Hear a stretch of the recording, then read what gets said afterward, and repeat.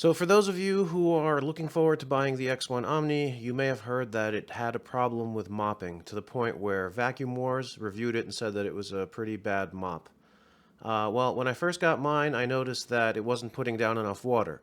You would look behind it, like on this black floor where it's really easy to see, and here in this video you can see that it's putting down, a steady amount of water, but mine only put water down sometimes. Like you would look behind it and you would see, instead of those even swirl marks, you would see, like, for example, a completely dry patch on one side.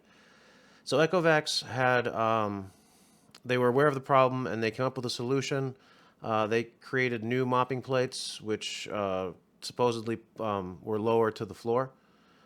So when I first got my new mopping plates, apparently they sent me the wrong ones, and there was no difference. But I just got some today, put them on, and while I can't tell any sort of dimensional difference between these and the original ones, these new mopping plates, well, they obviously work. As you can see, you can't argue with results.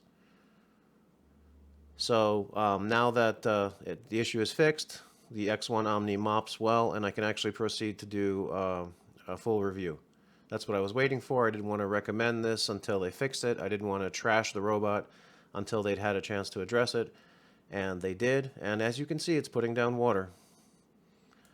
So for those of you who follow my channel and read the comments and were asking about whether I can recommend this robot or not, and I said I was kind of hesitant to recommend it, that I was waiting for something to be resolved. So this was what I was waiting for.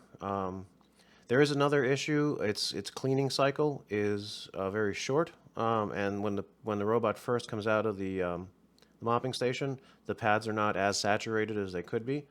But with these new plates, that doesn't seem to be much of an issue. So those were the two things I was waiting for. Now that everything seems to be working normally, I can recommend this robot.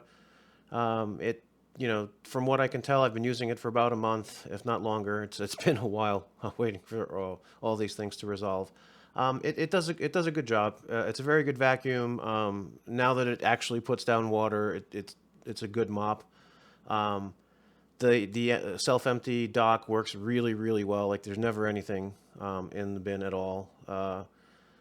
And generally, everything seems to work really well. I've had no real issues with it doing its nightly cleaning runs. Its navigation is a little wonky at this point. It's an Ecovacs. They're known for that. But no, nothing that gets in the way of its performance. It's done its cleaning job every night. It was a pretty bad mop because it wasn't putting down water, but now that that's fixed. So I'm going to do a full review, like I said, so stay tuned. But until then, I can recommend this robot without reservation. It's a very good robot. It does a good job. Which one do I recommend, this or the Roborock? Well, that depends on a variety of factors, and you're going to have to wait until I do my Clash of the Titans Part 2 video.